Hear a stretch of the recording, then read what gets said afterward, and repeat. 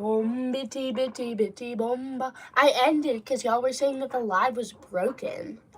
Is it still broken? What was broken about it? Hello? Are we just typing or are we just be like, leave me alone? It stopped working. Like, is it working now? Because I was going to give y'all a bookshelf tour while I procrastinate reading 100 more pages of Wisteria because I don't want to. Even though I want to get to Court of the Dead, I feel like I'm about to hit a reading slump. And that's hella unfortunate. Unfortunate. Okay. Okay. I'm going to give you a bookshelf tour. Bookshelf tour. My special edition of Percy Jackson. You already know who it is. Salad Talk. My lights also stopped working on this one. Anyways, so, original Percy Jackson is back here. College thing. I don't care. That's uploaded in my video. Percy Jackson Greek Gods, my original copy of The Lightning Thief. Heroes of Olympus, The Sun and the Star. My signed copy of Court of the Dead is going right here. Hidden Oracle, them. What are they called? Trials of Apollo, Magnus Chase, Kane Chronicles. And then we have Dystopian. Yes, you've gotten several bookshelf tours. Dystopian! Oh, so there's a quote in here where it's like, in Defy Me, where it's like, I want to marry her. And then I said, it's shh. And then I wrote, they're married, Your Honor.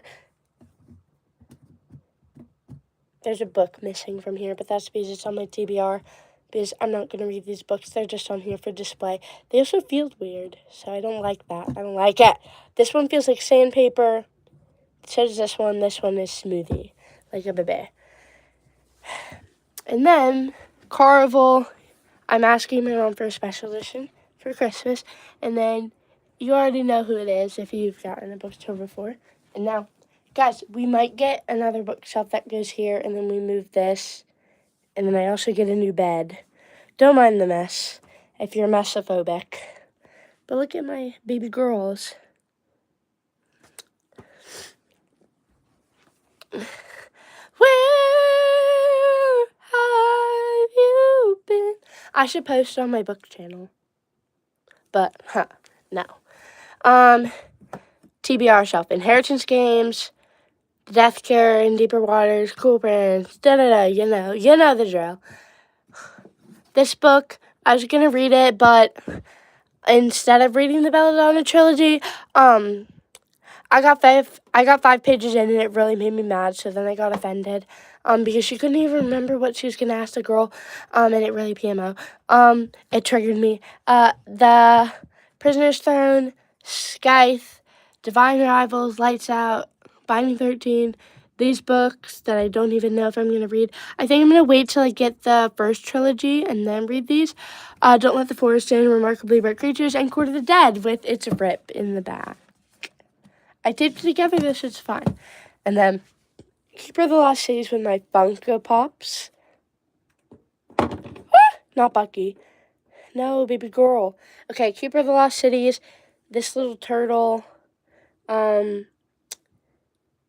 Keeper of the Lost Cities Unraveled. Hi!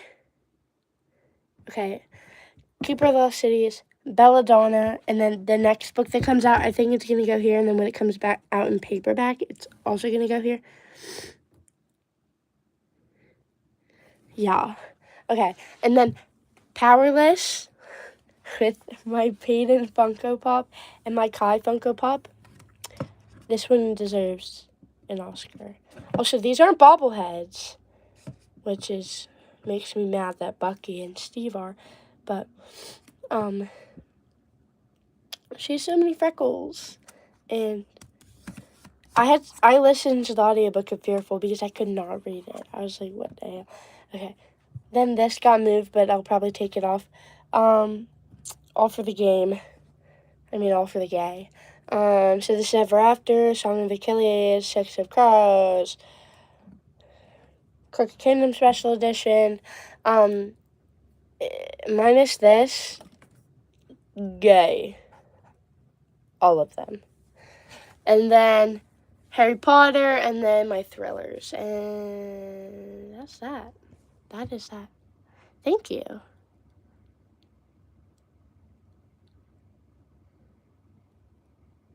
Yes. Please do. Please do. Anyways, guys, should I read to you some quotes from the King's Men instead of reading Wisteria? Heh. Yes. Okay. Hello. Hello.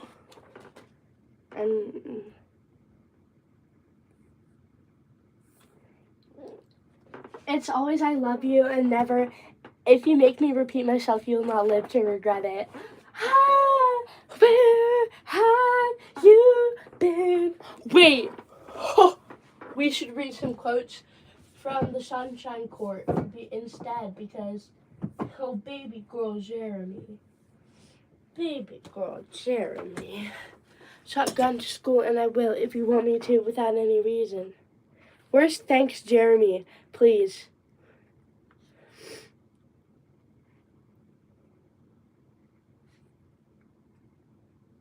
Chapter 10, and I was at page 172.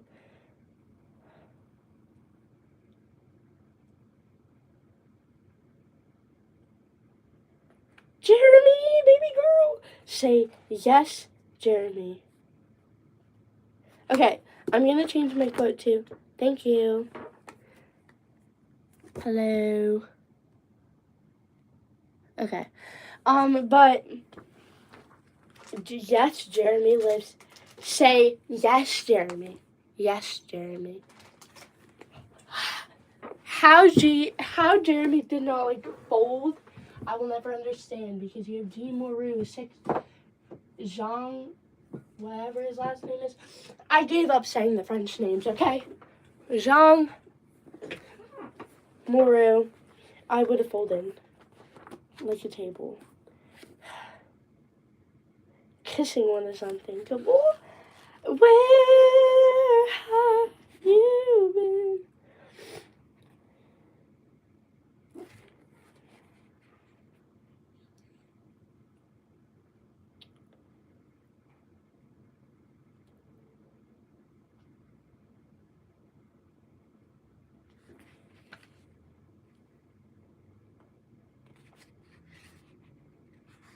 Is this what dying feels like?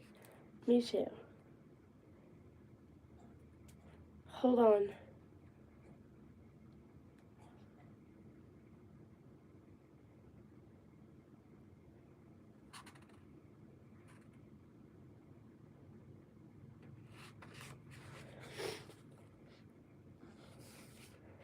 Let me kill if you without any reason.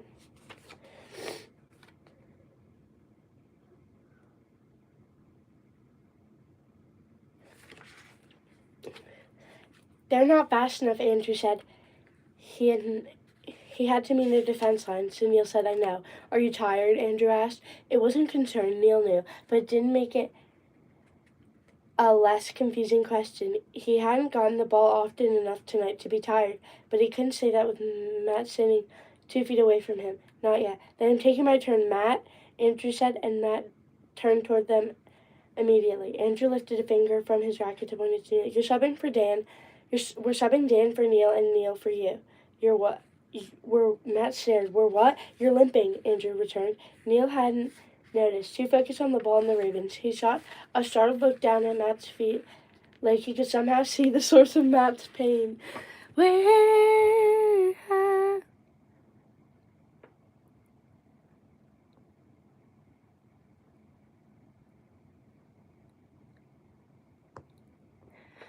proportional? What does that mean? Okay, I'm gonna keep reading. You're no use to me right now. Get Abby to put a brace on that. Neil can hold them in the meantime.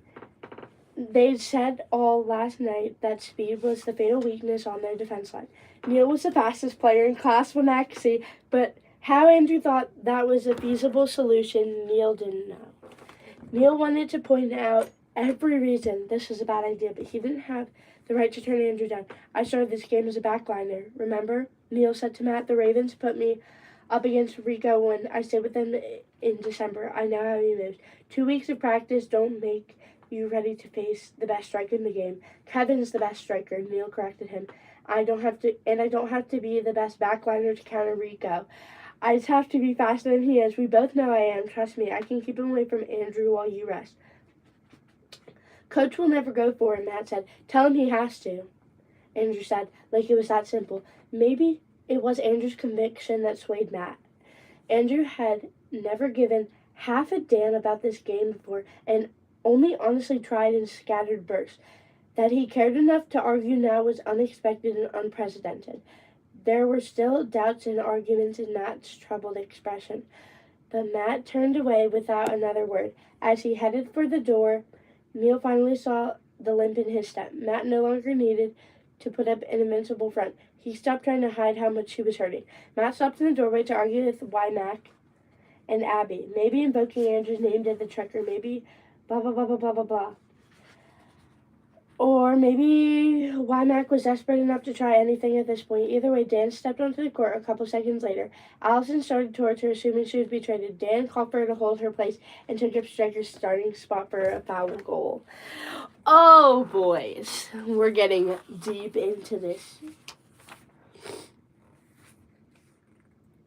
Oh, y'all aren't ready. Y'all are not ready because my man Neil, he's about to roast the shit out of Rico. And that is why he's Andrew's man. Because, Okay, are you ready? You're crazy, Neil said to Andrew in an undertone. This is news to no one, Andrew said. Neil shook his head and shifted to his new spot at Rico's side. Rico looked from him to Dan to Andrew, then back again. It only took him a second to put it all together, and Rico's smile was cold. Maybe he had a right to feel smug. It didn't matter that Neil had started the game as a backliner. He'd been away from the court for half his life and spent the last 2 years honing his skills as a striker. Rico had seen himself over Christmas break how out of practice and miserable Neil's was at defense. What Rico had forgotten was Neil hadn't stepped onto the Raven court until after Tetsuju had beat him unconscious. After Tetsuju beat him unconscious, Neil's health had gotten steadily worse from there thanks to Rico's constant abuse. Tonight, Neil was in perfect form and he was mad as hell at the Ravens for hurting his foxes. Andrew slammed the ball up court and the fight to the last bell began. Neil dodged Rico's every step of the way, using his stick and body to ruin Rico's shots and force him away from Andrew. They fought each other back and forth across the court, ducking and darting, sidestepping and lunging, nearly tripping each other up at every turn. Rico used every trick he had to get around Neil, but he could not run Neil for long. Minutes stretched by without a clear shot on goal. Rico snarled something hateful at Neil as Andrew batted away his latest shot. Neil laughed at him, knowing it only infuriated him further. Rico's impatience and rage were fuel, lending Neil speed and making him forget the growing burn in his thighs and calves. Something in his shoulder popped and went a little numb as he and Rico fought. Rico hit the ground for the 9th time. Since it didn't hurt, Neil didn't stop to worry about it. He was up and after the ball before Rico was and passed it up to Allison. Allison gave it to Kevin, Kevin to Dan, Dan to Kevin, and Kevin scored. Just like that, they were tied 8-8. Baby girl! I love Kevin, okay? Not as much as I love Andrew and Jeremy and Neil and Zhang, because they will always have a special place in my heart, but Kevin in this, oh my god. No one scored for 10 more minutes, and not for a lack of trying. Finally, Berger got around Aaron for a quick shot on goal. Andrew wasn't quite fast enough, and he smashed his racket against the walls as the goal went red. Andrew's irritation was as inspiring as Rico's was, but Neil couldn't hold defense alone, and Aaron had gone as far as he could. The next time the Ravens fouled the Foxes, and the Foxes gained possession, Wymack sent Nikki and Matt on. Neil expected to be pulled, but Nikki traded places with an exhausted Allison, and Matt took over for Aaron. The grin Matt shot Neil was at once encouraging and apologetic. Neil flashed with a tight smile back at him, and they pushed forward as one. With 3 backliners on court, the defense line finally had a chance to regroup, and by the last 5 minutes of the game, they'd shut the Raven offense out. Rico and Berger were now taking their shots from further out because they had no choice, and Andrew slammed every attempt away. On the other side of the court, Kevin scored on a rebound, tying them up once again. They were going to shoot out, Neil realized, and the thought of facing down the Ravens goalkeeper when he was this worn out was a terrifying prospect. Neil had used up all his energy, burned through all his fumes, and kept moving now out of some mindless sense of self-preservation. His legs and lungs were burning, and the numbness in his shoulder had been replaced by heat. His wrists and arms were sore, and he hurt from hitting Rico on the ground so often. His elbows ached from the constant stick checks. He couldn't feel his feet anymore, and there was a chance Rico had broken a toe or two the last time he stomped on Neil's foot. Not Neil! Okay, I forgot this part. Neil didn't know they'd reached the last minute of the game until the buzzer blared overhead. His body knew what that sound meant and finally gave out on him. He fell to his knees and barely managed to catch himself with his hands. His stomach twisted inside him, but he didn't have the strength to throw up. Oxygen-starved muscles felt like they were disintegrating, but it hurt too much to breathe. Neil's mouth worked on short gasps that did nothing for him. The buzzer went off again, and Neil's heart stopped. The ringing in his ears wasn't all him. His teammates were screaming wordless war cries of disbelief and victory. Neil's fingers shook so badly it was almost impossible to get the straps of his helmet undone, but he finally managed to throw his helmet off to one side. He blinked the sweat out of his eyes and looked up at the scoreboard. 10-9, Fox's favor.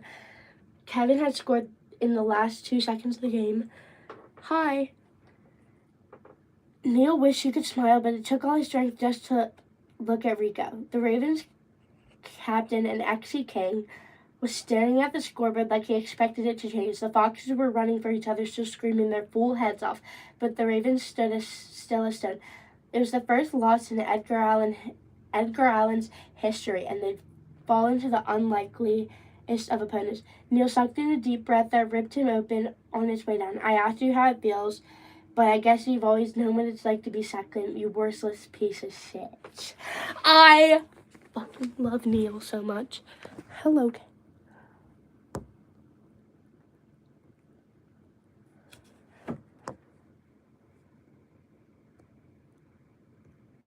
Sorry. Hold on, I'm going to keep reading in a second.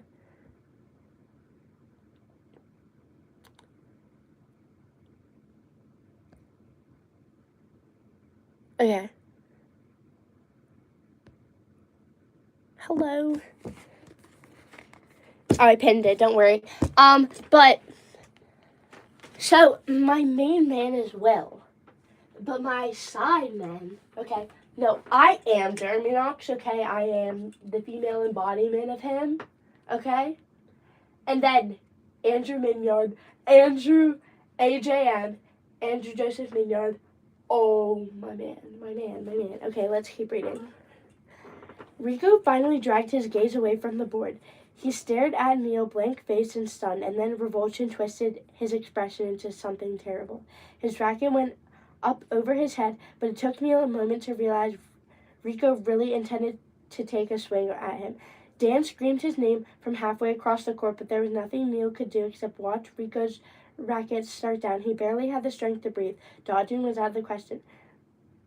Rico's racket got close enough that Neil heard wind whistling through the strings, and then came a second racket out of nowhere, big and bright and orange. Andrew put everything he had left behind his swing and caught Rico across his forearm. Bones gave a sickening crunch as they shattered. Rico's racket clattered harmlessly off to one side, and then Rico was the only one screaming.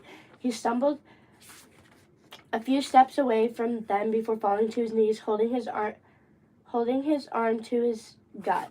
Andrew put his racket down in front of Neil like a sheet and watched Rico's breakdown with the board still. Neil lost sight of Rico when the foxes swarmed him. Gloved fingers patted his head and shoulders, looking for any sign that he'd been hurt. Neil turned out their frantic demands, more interested in listening to Rico's endless, agonized screaming. Then Dan caught his face in his hand and gave him a shake. Neil said, so desperate and afraid that Neil had to look up at her. Hey, Neil said hoarsely with exhaustion, and Hetty was charmed. We won. Dan threw her arms around him and buried a choke laugh against his padded shoulder. Yeah, Neil, we won. Where have you been? I just fell out of my chair. Ow. Okay, chat.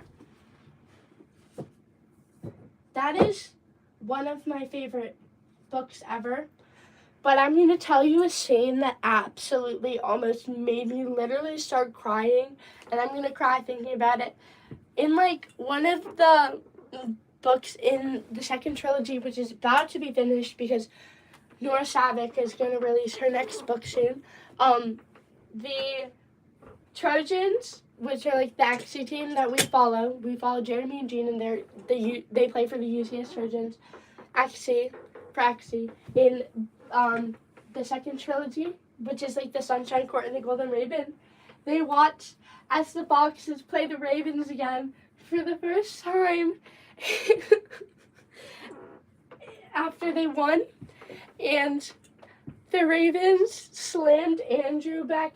They attacked Andrew and they slammed him back into the goal, and Neil got mad because obviously he loves Andrew, and he started storming over there, but then they hit him with their XC racket and they start like beating him up, and then they start like they break his ribs until Kevin gets there, and then he protects him. But I'm gonna cry because Andrew had to be pulled out of the fight so that he wouldn't go beat the out of those Ravens, and the Ravens got permanently banned from the XC League, like for that season.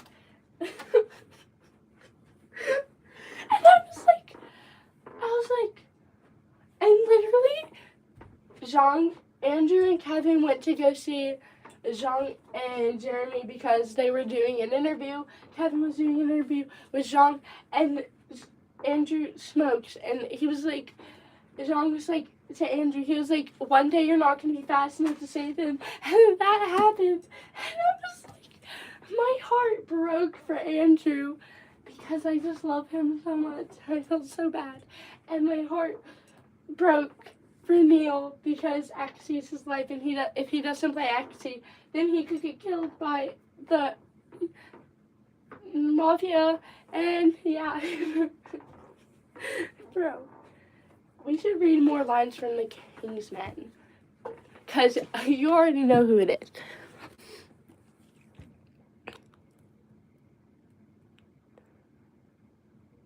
No, guys, don't worry, they didn't die. Like, bro, my heart broke for them. I love them too much.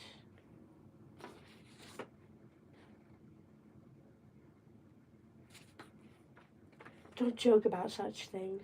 Kevin speaks like an 80-year-old man.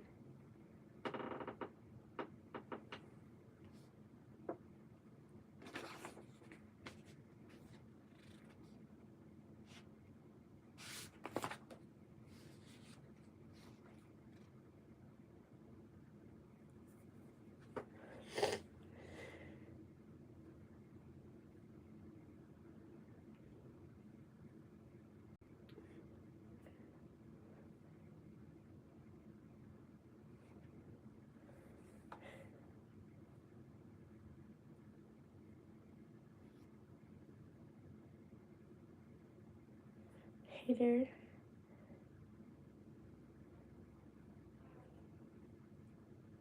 Time.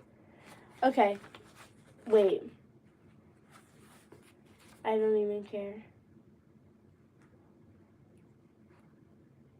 Hold on. Oh. freaky. Freaky you, bro. Die.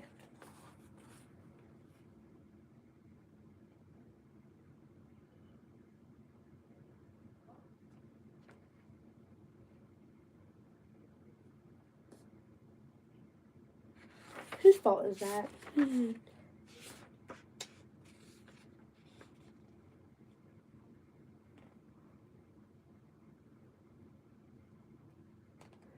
It's about the Ravens.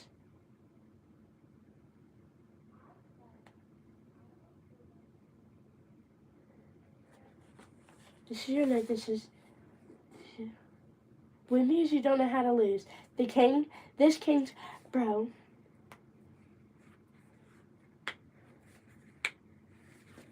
Seven more. Hold on, I'm trying to find the thing.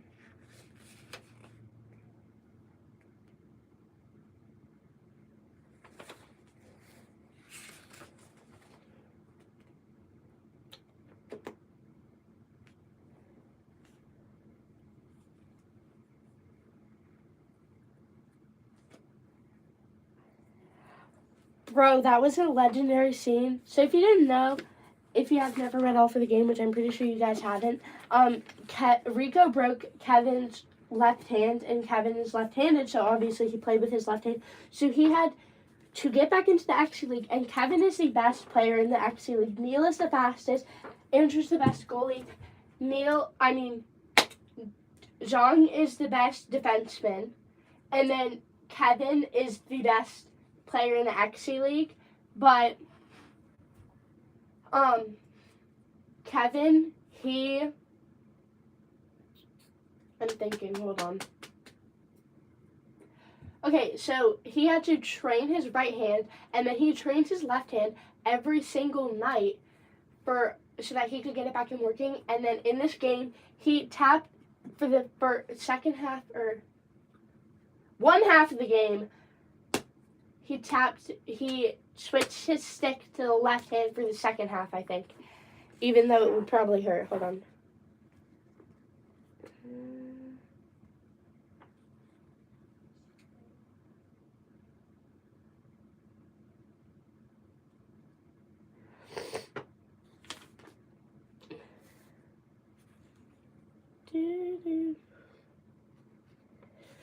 The next time Jenkins got around Aaron, she fired the ball a rebound short of the goal. It was obvious Andrew would get to it first, but Williams went after it anyways. When Andrew cleared the ball, Williams should have veered off course and wheeled back to regroup. Instead, Williams crashed full speed into Andrew and crunched him up against the wall. The goal went red as the embedded sensors mistook his weight as a point.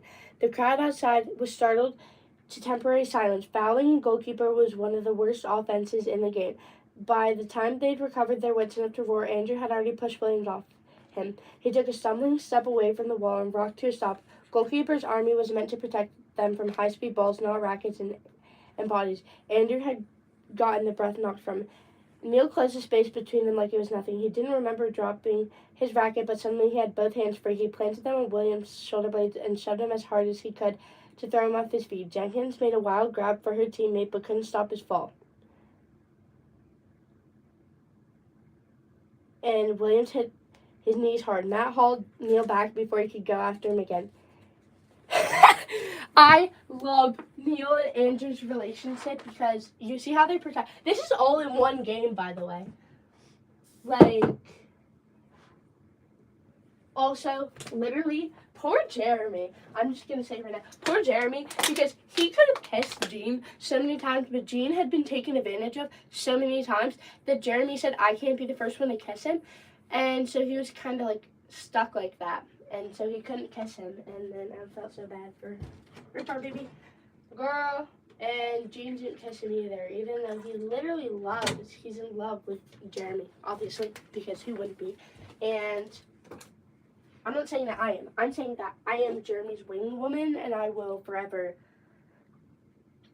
love him. I need to reread The King's Men, and The Raven King, because in The Raven King, basically, Rico bought out one of Andrew's, therapists. So Andrew was on meds because these homophobic people tried to beat up his cousin. long story short, he beat 4 grown men within an inch of their life, and so he had to go on meds. And he got graped, and he was laughing during it because he can't control his emotions. And so Neil was like so traumatized by that because Neil walked in and he was like, take him off his meds. And so Andrew's like at the rehab facility, and Rico's like, I bought out one of the doctors, if you don't come stay with us for 2 weeks at Edgar Allan, which feels like 3 weeks because they run on a 16-hour-a-day schedule. He said, of course. Neil obviously said, of course, because bro is literally in love with Andrew. This is before they get together, by the way. They get together in the 3rd book. Nora Savick is the queen of slow burn, because you think you know slow burn. No, you don't. Not until you read a Nora Savick book. They pine for each other over the first 2 books, and they get together in the 3rd. And then I'm like, yeah. And then Neil gets beat within like an inch of his life. And then he has Wymack pick him up from the airport, and he's falling apart. And then he's like, and then when they go get Andrew, Andrew's like, what the hell happened to you? And Neil's like, I don't want to talk about it. And then Andrew starts being the only one. Neil is the only one that Andrew talks to for a long time. Like, he used to talk, like, to everyone because he was on his meds, but now he doesn't. Hold on. I think my name is being called.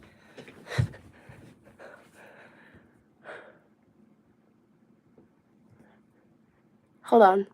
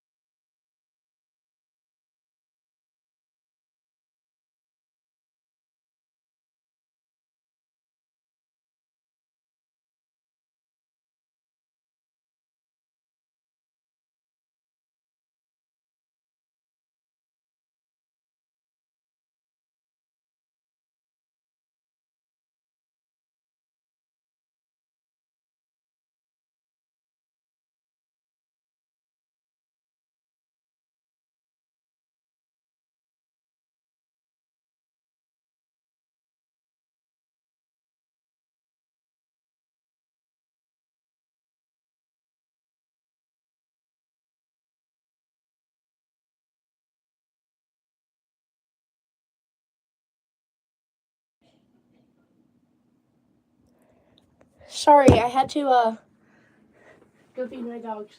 But anyways, no, it wasn't me, dum-dum. It was Andrew, and then Neil gets, and then that happens, and then right before spring break, Neil gets kidnapped by his father's people, and then he gets almost murdered, and then his murderous uncle comes out of nowhere and kills his father, and then after that, a lot happens, and then he goes to this cabin. Well, no. Actually, Andrew stopped speaking after that, and Neil wasn't used to the silent treatment, so he's like, hey, like, and Andrew, like, talks to him. He's like, hey, hey, hey, hey, hey, hey. I love my gay men. My lip lies. Jesper Fahey, Wyland Van Ack, Achilles and Patroclus, Neil, Justin, Jeremy Knox, all of the children, all of them. All the leaves are brown, all the leaves. Brendan and Winston. Hi, Luke. Guys, let's try and find Grease Rivers. Lip gloss. I don't care about that little hoe. I only care about Wyland Bennett. He dared to glance at Jasper. Ha ha ha. Ha ha ha. Again. Ha ha ha ha ha. Again.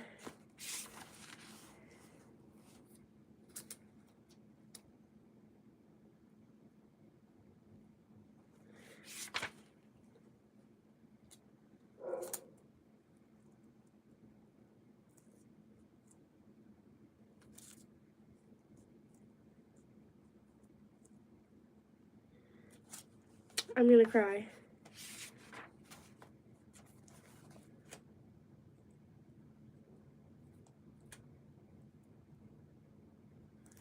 I hate my life. I hate my life. Sorry, I'm tabbing. What am I doing here? Wyland wondered again. He found him. I'm going to read you quotes from my favorite books again. What am I doing here? Wyland wondered again. He found himself gnawing on his thumb and forced himself to stop. He was here for Annette. She'd saved their lives more than once, and he wasn't going to forget that. He was also here because he desperately needed money. And if there was another chance, if there was another reason, a tall, lanky reason with too strong taste for games of chance, he wasn't going to think about that right now. Boy.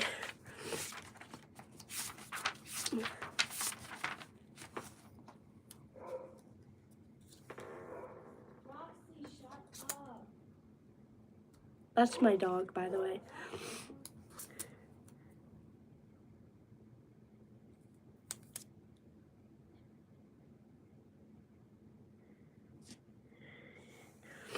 The weevil.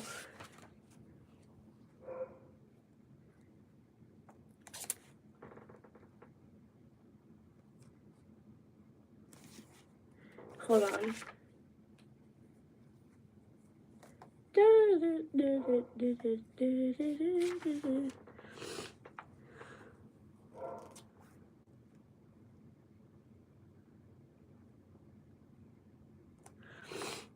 Hold on.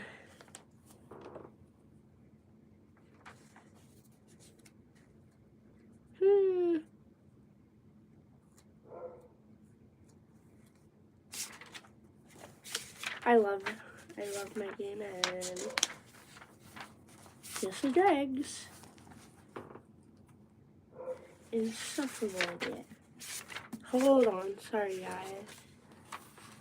Well,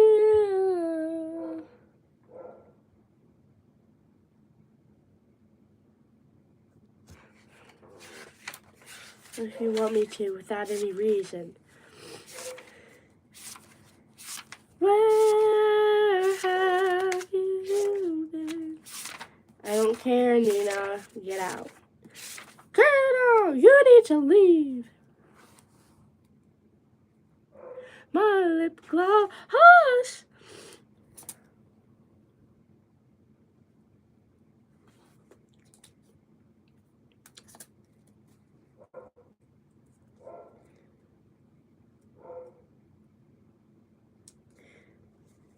Who the hell is Jordy?